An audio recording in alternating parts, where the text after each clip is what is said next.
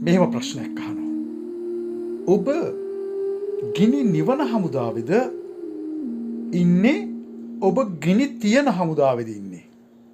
ඇයි මම මෙහෙම මේ අධ්‍යාත්මිකව ප්‍රශ්නයක් අහන්නේ? ඔබ දන්නවද? ගිනි තියන හමුදාව පාලනය කරන්නේ සාතන්, අන්ධකාරය. හැබැයි ගිනි නිවන හමුදාව ශුද්ධාත්මයන් වහන්සේ, ක්‍රිස්තුස් වහන්සේ තුල. එතකොට අපේ ජීවිතේ අපි සමහර විට දන්නේම නැතුව අපි කියන වචන, අපි කරන කියන දේවල්, අපේ දේවල් නැති වෙයි කියලා, සමහරට අපිට ඒ තැන ගන්න බැරි වෙයි කියලා, එහෙම නැත්නම් ත්‍රෙට් එකක් ආපුවම මොන හරි දේවල් අපේ ඇතුළාන්තයේ අවිනිශ්චිතභාවයන් ආපුවම සමහර විට දන්නද, සමහර අයට නැතිවම බැරි දෙයක් නේ ගිනි තියෙන එක. ඉතින් මේ ගිනි තියෙන හමුදාව තුල ඇතුල් වෙලා ගිනි තියෙනකොට අනිත් අයගේ ජීවිතවලට විවිධාකාර දේවල් ඇති කරලා නැති වෙලා ඒ පුදුමාකාර ප්‍රශ්න ඇති කරන ඒ හමුදාව තුල ඉන්නකොට ඔබ භයානක දෙයක් ඔබ අද ඉගෙන ගන්න. ඒ තමයි ඒ අන්ධකාරය ඔබටත් ගිනි තියෙනවා.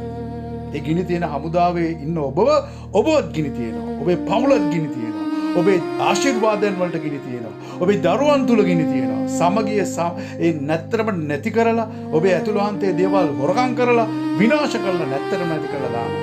හැබැයි ඔබ ගිනි නිවන හමුදාවේ හිටියොත්, ඒ ගිනි නිවන හමුදාව තුල ඔබ සේවය කරන දේව දරුවෙක් වුණොත් ඔබේ ජීවිතය ආශිර්වාද වෙනවා. ඔබේ පවුල ආශිර්වාද වෙනවා. ඔබේ දරුවන් ආශිර්වාද වෙනවා. මොකද හේතුව ඔබ උන්වහන්සේ තුල ගිනි නිවන හමුදාවේ මහා දේව දරුවෙක්. ඔබේ ජීවිතයේ ආශිර්වාදයන් කවදාවත් ඒ ගිනි නිවන හමුදාව තුල ඒ ඉහළින් ලැබෙන වරප්‍රසාද අහිමි කරන්න බෑ කාටවත්.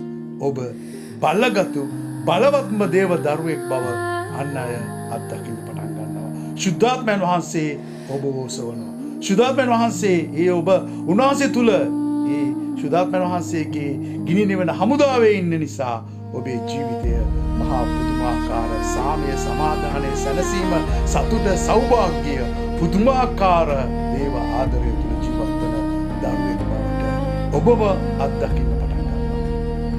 ඔබ ආශිර්වාදිත. ශුද්ධ ස්වාමිනී, මේ සත්‍යතාවය තුල මෙදවර ගමන් කරනකොට අද ඔබ වහන්සේ ශුද්ධාත්ම බලයෙන් පුරවලා ඔබ වහන්සේ අවදි කරන නිසා ඔබ වහන්සේට ස්තුතියි. ජේසුගේ අති උතුම් නාමයෙන්ම ආමේන්. ජේසු